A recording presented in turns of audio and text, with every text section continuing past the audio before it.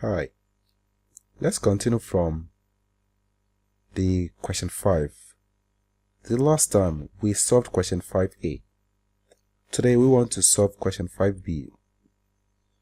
Okay, for the 5b we are to factorize x squared minus 6xy plus 9y squared. Hence, find the value of x over y given that x squared minus 6xy plus 9y squared is equal to 0. That is the question. So how do we start? First, we need to factorize x squared minus 6xy plus 9y squared. We need to factorize this expression. Now this expression, as it stands like this, is quadratic expression involving two unknowns, that is x and y. How do we factorize expression like that? But before that, quadratic expression involving two unknowns, you have to get to know how it is being arranged. Always, the first term involves one of the variables and it has been squared. So if you look at the first term, we have x there and the x has been squared. Good. If you look at the third term, you have the other variable which has also been squared there, irrespective of the coefficient. So if you look at the third term, you have y, which is the other variable, and it has also been squared. Okay. Now you come to the middle term. The middle term, you are going to have the product of the two main variables also there, irrespective of the coefficient. So if you look at what we are having here, the first term we have our x squared, the third term we have our y squared, and then the middle term we have our xy term also there. So this is typical quadratic expression involving two unknowns. Now for us to factorize this, what we are going to do is we take the coefficient of the last term, which is 9. We multiply this 9 by the coefficient of the first term, which is 1. So 9 times 1 will give us 9. So this particular 9, we try finding factors in pairs of 9, in which when we multiply we get 9, but when we add we get the coefficient of the xy, which is the middle term, and that is -6. In this case, -3 and -3 will be the perfect pair of factors, because -3 times -3 is going to give us +9. But when we add them, that will give us -6. So we are going to have our x squared minus 3xy minus 3xy. We are using these two numbers, -3 and then -3. So that is how come we are having -3 and then -3 here. Okay. Plus the last term, and that is the 9y squared. The next thing for us to do is, let's take the first two terms, we factorize the common variable out. The same thing applies to the last two. So when we take the first two, that is the x squared minus 3xy, our common factor there is x. So we factorize our x out. Therefore, we are going to have our x, bracket open, we have x minus 3y. We take the last two, that is the -3xy plus 9y squared. If you look at these terms too, we realize that -3 is common. So -3, in fact -3y rather, so -3y.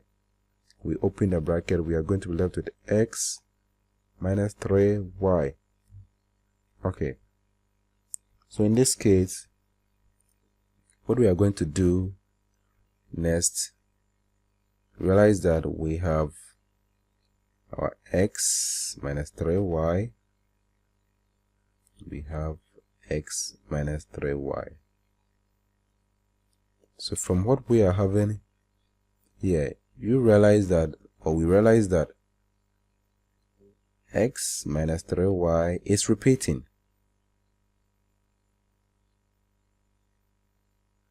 Okay, so we can rewrite that as x minus 3y all squared.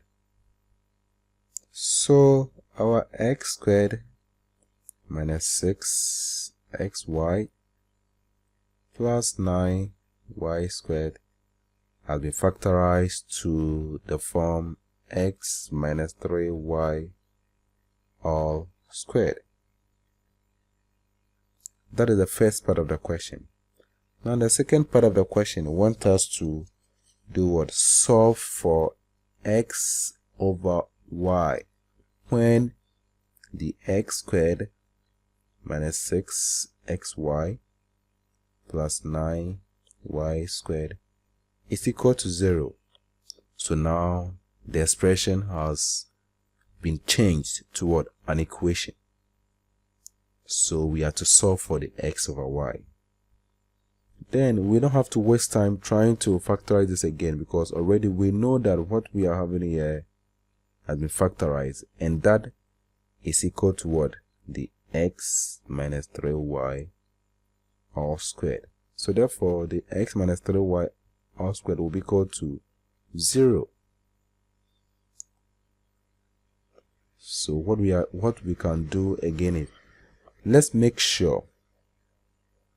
So in this case, what we can do again is, let's make sure the x minus 3y stands alone, or stands on one side of the equal to sign. But the x minus 3y is having an exponent of 2, so we need to get rid of the exponent. In that case, if the exponent is 2, how do we get rid of that?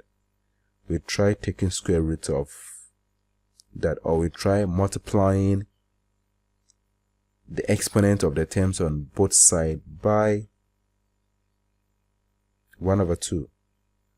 Okay, so we are going to have our square roots of x minus 3y, so 2 is equal to square roots of 0. This 2 will cancel the square root sign, so we are going to be left with x minus 3y being equal to 0. Now what do we do next? The question wants us to find x over y. So what we can do is, we shift one of the terms to the other side of the equal to sign. So we can have our x to be equal to 3y.